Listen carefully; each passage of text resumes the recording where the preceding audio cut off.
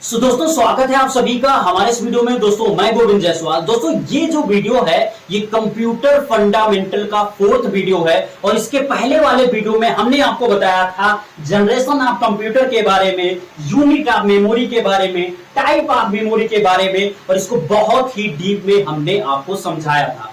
आज के इस वीडियो में हम पढ़ने वाले हैं पार्ट ऑफ कंप्यूटर के बारे में, जैसे कि जो पूरा कंप्यूटर सिस्टम होता है ये कई प्रकार के पार्ट से मिलकर बना होता है। जैसे उसमें कीबोर्ड लगा होता है, माउस लगा होता है, स्पीकर लगा होता है, सीपीयू लगा होता है, मॉनिटर लगा होता है, तब जाकर एक कंप्यूटर सिस्टम बनता है। तो हर पार्ट का क्या कार्य होता है, कैसे ये कार्य करते हैं, इनकी परिभाषा क्या होगी, सारी चीजों को आज मैं इस वीडियो में क्लियर करने वाला हूं। तो पहला हेडिंग डालिए आप यहां पर माउस और इसकी परिभाषा आप अपने कॉपी में नोट कर लीजिए। आप लिखेंगे परिभाषा कि माउस एक प्रकार का इनपुट डिवाइस है जिसका प्रयोग हम कंप्यूटर को इंफॉर्मेशन या इंस्ट्रक्शन देने के लिए करते हैं। इसका मतलब क्या हुआ कि ये जो आपका माउस होता है, माउस का चित्र अगर मैं यहां पर शो करूं तो यहां पर आप देखेंगे माउस का चित्र कुछ इस तरीके से होता है।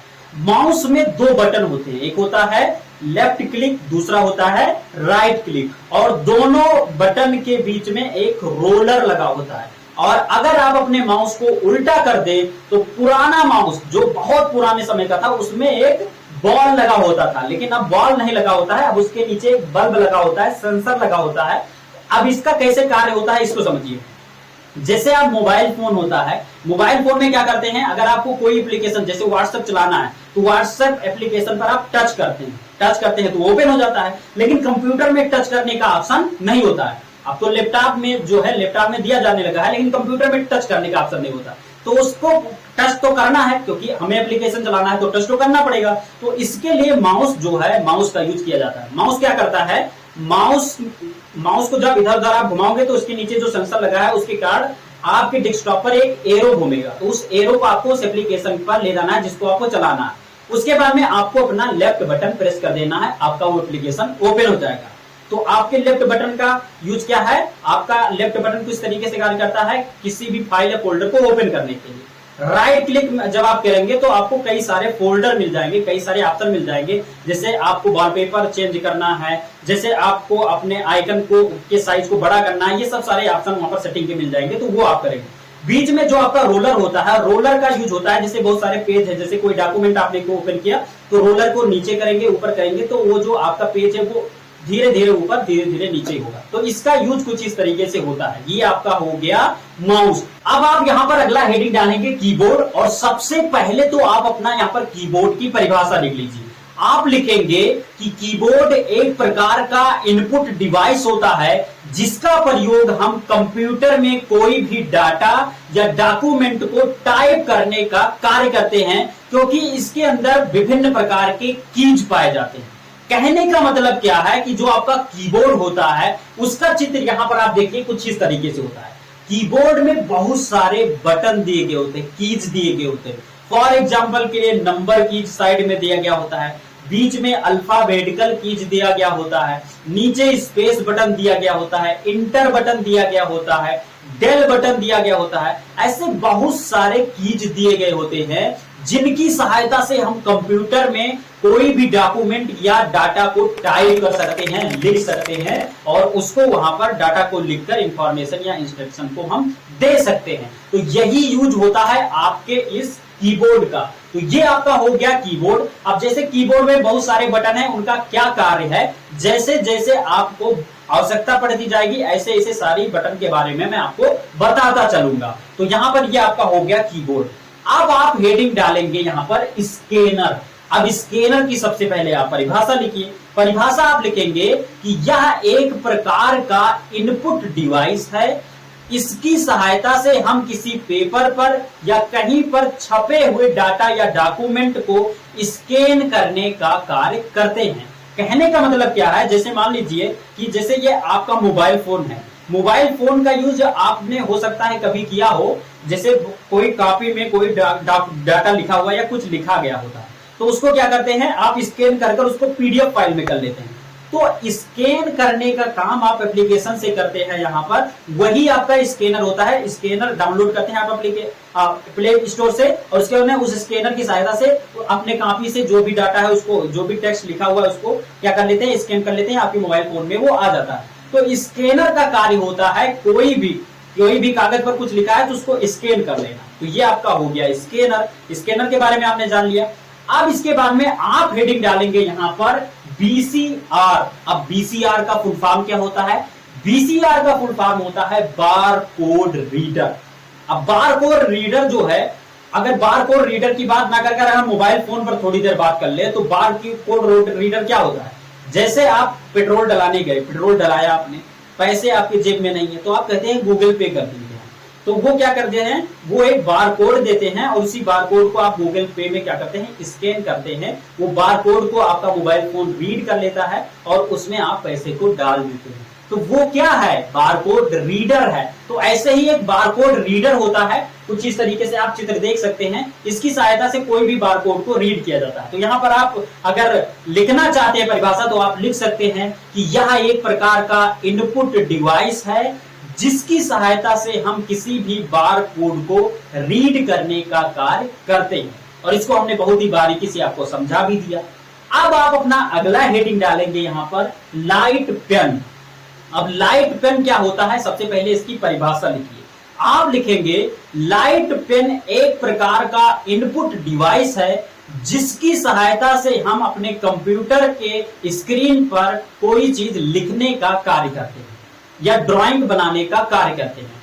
फॉर एग्जाम्पल के लिए, जैसे पहले एक मोबाइल फोन आता था, उसमें क्या होता था कि कुछ इस तरीके से एक पेन निकलता था, उससे आप लिखते थे। तो वो आपका लाइट पेन नहीं होता था, वो एक तरीके का पेन होता था, टचेबल होता था।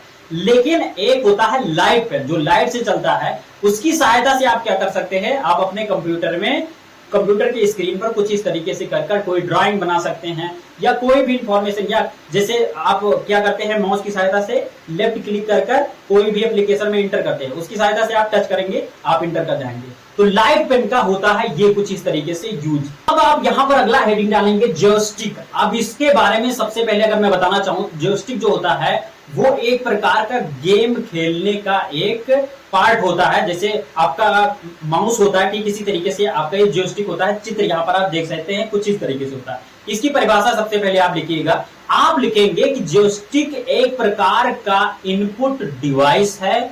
इसका प्रयोग हम गेम खेलने के लिए करते हैं। गेम खेलते समय इसका प्रयोग हम इंस्ट्रक्शन को देने का कार्य करते हैं। कहने का मतलब क्या है कि ये जो जॉयस्टिक होता है, इसी की सहायता से गेम खेला जाता है कंप्यूटर में। और जैसे इधर भगना है तो इधर घुमाएं, इधर भगना है तो इधर घुमाएं, ठीक इसी तरीके से ये आपका पूरा जो जॉयस्टिक है वो कार्य करता है। तो ये आपका होगा जॉयस्टिक। अब हम अगला हेडिंग डालेंगे जो कि मोस्ट इंपॉर्टेंट हेडिंग है, वो हेडिंग होगा आपका CPU। अब CPU का फुल फॉर्म क्या होता है, सबसे पहले इसको जानिए दोस्तों। CPU का फुल फॉर्म होता है सेंट्रल प्रोसेसिंग यूनिट। और इसकी सबसे पहले आप परिभाषा लिख दीजिए। आप लिखेंगे कि CPU एक प्रकार का प्रोसेस डिवाइस है। इसका प्रयोग हम कंप्यूटर में दिए गए किसी भी इंफॉर्मेशन या इंस्ट्रक्शन का प्रोसेसिंग करने का कार्य करते हैं। यानी कि ये जो आपका CPU होता है, ये अगर हम कोई चीज अपने कंप्यूटर में इंस्ट्रक्शन देते हैं या इंफॉर्मेशन देते हैं या क्वेश्चन पूछते हैं, तो ये जो आपका CPU होता है ये प्रोसेसिंग करने का कार्य करता है। वो क्या करेगा, वो आपके इंसानी भाषा को मशीनी भाषा में चेंज करेगा, मशीनी भाषा को फिर उसके बाद में मशीनी भाषा में वो प्रोसेसिंग करेगा, प्रोसेसिंग करने के बाद में उसका रिजल्ट बनाएगा, रिजल्ट बनाने के बाद में उसको इंसानी भाषा में परिवर्तित करेगा, इंसानी भाषा में परिवर्तित करने के बाद में आपको उसको रिजल्ट देगा। इतना प्रोसेस करता है ये आपका CPU। अब CPU जो होता है इसके अंतर्गत बहुत सारे मतलब पार्ट लगे होते हैं। अब बहुत सारे पार्ट में क्या क्या है उसको आप जान लीजिए। जैसे आपका यहाँ पर मदरबोर्ड हो गया, उसके बाद में SMPS हो गया, उसके बाद में हार्ड डिस्क हो गया, उसके बाद में रैम हो गया, रोम हो गया। ये सारी चीजें आपके इस CPU के अंदर लगी होती है। तो अब इनके पार्ट के बारे में भी जान लेते हैं। सबसे पहले हम यहां पर हेडिंग डालते हैं मदरबोर्ड। अब मदरबोर्ड क्या होता है इसको आप जानिए। दोस्तों ये जो मदरबोर्ड होता है ये आपके सीपीयू का सबसे इंपॉर्टेंट पार्ट होता है, क्योंकि ये एक जो कैबिनेट है इसी के अंदर सारे कंपोनेंट जुड़े होते हैं। तो ये आपका मदरबोर्ड होता है और मदरबोर्ड के अंदर ही सारे कंपोनेंट जुड़े हुए थे, इसी कारण से इसको सीपीयू का मतलब सबसे बेस्ट पार्ट यानी सबसे मोस्ट इंपॉर्टेंट पार्ट कहा जाता है। एक चीज ये भी नोट कर लीजिए, सीपीयू को कंप्यूटर का ब्रेन भी कहा जाता है। अगर आपसे कोई क्वेश्चन पूछे कि कंप्यूटर का ब्रेन क्या है तो आप बोल देंगे सीपीयू, सेंट्रल प्रोसेसिंग यूनिट। तो ये आपका मदरबोर्ड हो गया। मदरबोर्ड के बाद में आपको हमने बताया एसएमपीएस, तो यहां पर आप हेडिंग डालिए एसएमपीएस। एसएमपीएस का कार्य क्या होता है? एसएमपीएस जो होता है वो मदरबोर्ड में लगा होता है और एसएमपीएस में इलेक्ट्रिक करंट को इधर से उधर भेजा जाता है। जैसे इलेक्ट्रिक करंट क्या, एसएमपीएस क्या करता है कि जितनी करंट की आवश्यकता है जहां पर उतना सप्लाई वो आपका एसएमपीएस करता है। यानी कि ये जो आपका एसएमपीएस होता है ये एक तरीके से ये जो एनर्जी को क्या करता है, एब्जॉर्ब करके रखता है और जितनी आवश्यकता होती है उतने करंट आपका वहां पर पहुंचाता है आपके सीपीयू के विभिन्न पार्ट के अंदर और उसके बाद में आपका जो सीपीयू है वो प्रोसेसिंग कर पाता है। तो ये आपका हो गया ये जो एसएमपीएस हो गया। उसके बाद में आपको हमने बताया था यहां पर रोम के बारे में। रोम क्या होता है इसको आप जानिए। रोम का मतलब हो गया, जैसे इसका फुल फॉर्म अगर मैं बताऊं तो ये हो गया रीड ओनली मेमोरी। अब जैसे जब आप अपने स्विच ऑफ को ओपन करते हैं कंप्यूटर को तो उस समय क्या करता है, वो रीड करने का कार्य करता है। कुछ टाइम लगता है आपके कंप्यूटर को ओपन होने में, तो वो क्या करता है, चीजों को रीड करता है। रैम जो होता है वो एक तरीके का आपका प्राइमरी मेमोरी होता है। प्राइमरी मेमोरी को हमने इसके पहले वाले वीडियो में आपको बताया है। प्राइमरी मेमोरी को बहुत ही अच्छी तरीके से समझाया और रैम रोम को भी वहां पर बताया था। तो रोम क्या है, रोम एक तरीके का एक रीड ओनली मेमोरी है, अर्थात वो रीड करने, पूरे कंप्यूटर को रीड करने का कार्य करता है। उसके बाद में यहां पर हमने रैम के बारे में आपको बताया। रैम का फुल फॉर्म होता है रैंडम एक्सेस मेमोरी। अब रैंडम एक्सेस मेमोरी का कार्य क्या होता है, ये चीजों का एक्सेसिंग करता है। जैसे रैम की अगर बात की जाए, जैसे मान लीजिए कि आपके में 2 जीबी का रैम लगा हुआ है, तो रैम क्या करता है, एक्सेसिंग। अब 2 जीबी का रैम अगर आपके कंप्यूटर में लगा हुआ है तो आप क्रोम को एक बार क्लिक करेंगे तब वो एक्सेसिंग करते करते करते करते ज्यादा टाइम एक्सेसिंग करने में लेगा, तब जाकर ओपन होगा। और यहीं पर 8 जीबी का रैम लगा दिया गया, तब क्या होगा, एक्सेसिंग बहुत फास्ट होगा, क्योंकि रैम ज्यादा है तो एक्सेसिंग फास्ट होगा। तो एक्सेसिंग फास्ट होने के कारण जैसे आपने क्रोम पर क्लिक किया तुरंत के तुरंत क्रोम आपका ओपन हो गया। तो इस तरीके से ये आपका रैम जो है वो कार्य करता है। जब अपना यहाँ पर अगला हेडिंग डालेंगे मॉनिटर, और इसकी परिभाषा आप लिखेंगे कि मॉनिटर एक प्रकार का आउटपुट डिवाइस है जिसकी सहायता से हम कोई भी डाटा या डॉक्यूमेंट का रिजल्ट रीड करने का या देखने का कार्य करते हैं। कहने का मतलब क्या है कि जो आपका पूरा कंप्यूटर सिस्टम होता है उसमें जो आपका स्क्रीन एरिया होता है, जिसमें आप यू लिखे कीबोर्ड की सहायता से, तो यू लिख दिया, तो वो जो यू रिजल्ट दिखा वही जो स्क्रीन एरिया है उसको क्या कहते हैं, मॉनिटर कहते हैं। वो पूरा जो स्क्रीन जो होता है, जो चौखंटा 4 कोण का होता है, वो आपका क्या होता है, मॉनिटर। और मॉनिटर का चित्र यहाँ पर आप देख भी सकते हैं। मॉनिटर जो होता है इस पर कोई भी डाटा या डॉक्यूमेंट है उसका रिजल्ट आप देख सकते हैं। यूबीजी जो भी आपने नाम लिखा वो उस पर लिख जाता है, उसको आप पढ़ते हैं उस पर, इसीलिए उसको आउटपुट डिवाइस भी कहा जाता है। अब ये जो आपका मॉनिटर है ये 4 प्रकार का होता है। पहला होता है सीआरटी, जिसका फुल फॉर्म क्या है, कैथोड रे ट्यूब। दूसरा होता है टीएफटी, जिसका फुल फॉर्म होता है थिन फिल्म ट्रांजिस्टर। तीसरा आपका होता है एलसीडी, जिसका आपका फुल फॉर्म होता है लिक्विड क्रिस्टल डिस्प्ले।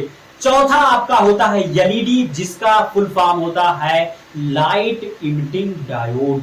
तो इस तरीके से ये 4 प्रकार के डिस्प्ले होते हैं। ये चारों प्रकार के डिस्प्ले अपने अपने में अलग होते हैं। एक होता है लिक्विड क्रिस्टल डिस्प्ले, एक होता है लाइट इमिटिंग डिस्प्ले, एक होता है आपका कैथोड रे ट्यूब डिस्प्ले, एक आपका हो जाता है थिन फिल्म ट्रांजिस्टर। तो उसमें कोई ट्रांजिस्टर के प्रकार करता है, कोई थिन फिल्म होता है। तो मतलब ये अपने अपने में अलग होते हैं। इनका कार्य मतलब कार्य एक ही होता है, लेकिन इनकी जो बनावट है, उनमें जो बनाने में जो इंग्रेडिएंट जो यूज किया गया है वो सारे अलग अलग होते हैं।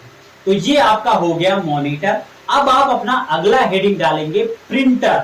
अब प्रिंटर की सबसे पहले आप परिभाषा लिखिए। आप लिखेंगे कि प्रिंटर एक प्रकार का आउटपुट डिवाइस है जिसका प्रयोग हम किसी भी डाटा या डॉक्यूमेंट के रिजल्ट को किसी सादे पेज में छापने का कार्य करते हैं। तो प्रिंटर क्या करता है? प्रिंटर जैसे आप कोई भी आपका फोटो है या कोई भी डाटा डॉक्यूमेंट है तो प्रिंटर की सहायता से क्या करता है, वो प्रिंट कर देता है। जैसे एक कागज में, सादे कागज में जो भी आपके डिस्प्ले में, जो भी आपके मॉनिटर में लिखी गई चीजें होंगी उसको क्या करेगा, उसके रिजल्ट को क्या करेगा, वो एक सादे पेपर पर वो क्या कर देगा, प्रिंट कर देगा और प्रिंट कर उस कागज को निकाल देगा। अब आप उस कागज में भी रिजल्ट देख पाएंगे।